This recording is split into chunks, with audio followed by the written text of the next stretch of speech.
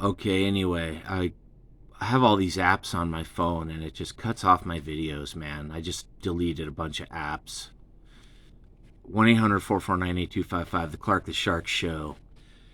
And I'm talking about the Who by numbers. And I just did a big video thing. And the effing, all these apps, man, that are on Verizon phones, I just deleted a bunch of them. But anyway, yeah, I was talking about John Entwistle. What an amazing bass player. But I want to get into the Who by numbers here.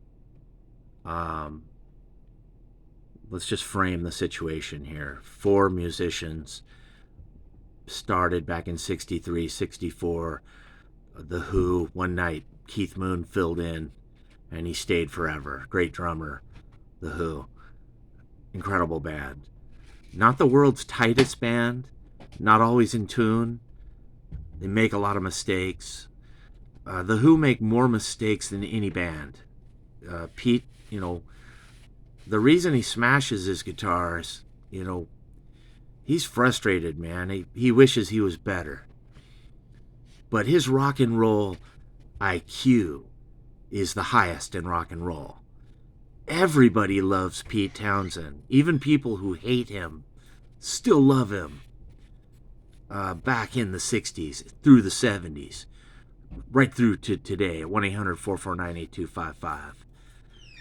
And, yeah, man.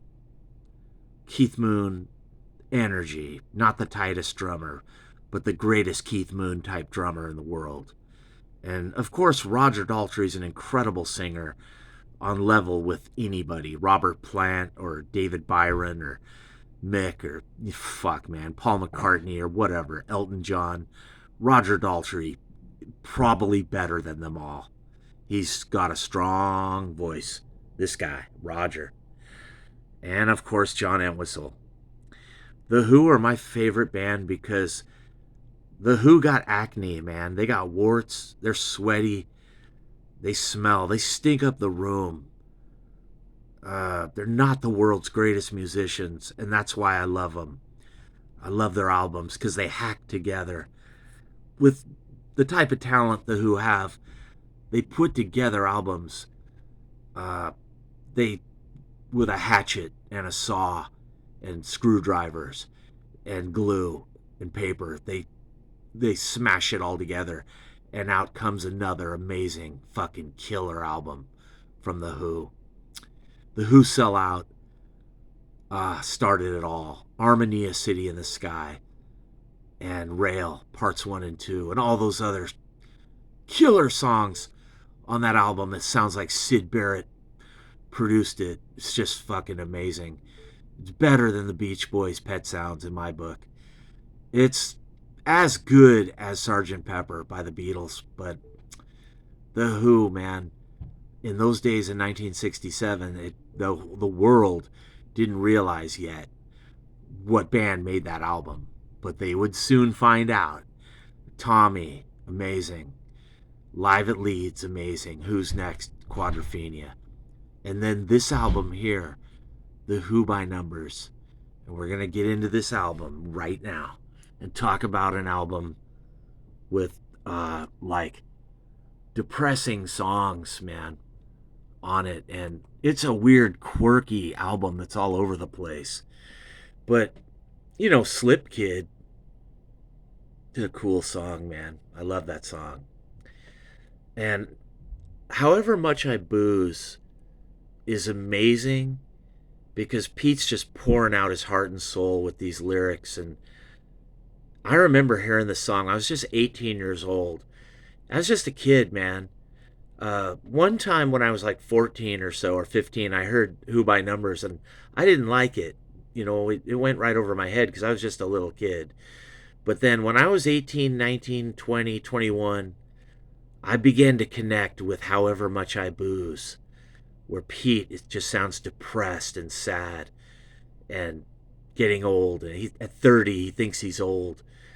And just talking about the miserable life of a rock star, always on tour, traveling, never sleeping. Then when he does get home, he just feels like shit and no one understands. And I connected with that, man. I connected with those lyrics from Pete in that song. And then Squeezebox, just a funny, irreverent, like, classic song about you know what, man. Mama's got a squeeze box. Great little song from The Who. And then Dreaming from the Waist, Pete goes back into his depression with Roger singing this song. And this song, Dreaming from the Waist, live, is just fucking killer with Entwistle shredding the bass. And then Imagine a Man, depressing, sad song like Dreaming from the Waist and However Much I Booze. Imagine a Man almost sounds like it's about Keith Moon, or maybe it's about Pete.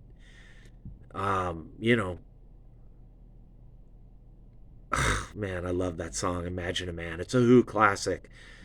Side one of this is classic, man. This is a great album. Maybe it's not as great as Quadrophenia or Who's Next, or Live at Leeds, but that's missing the point. This is apples to oranges, because we're talking about really the first Pete Townshend great solo album done through The Who with some of these songs. But this is definitely a Who album. There's some great guitar on here from Pete, some great drumming from Keith. It's not as great a drumming as Quadrophenia. No way. Keith is starting to lose it on this album. But the drumming still has a lot of energy.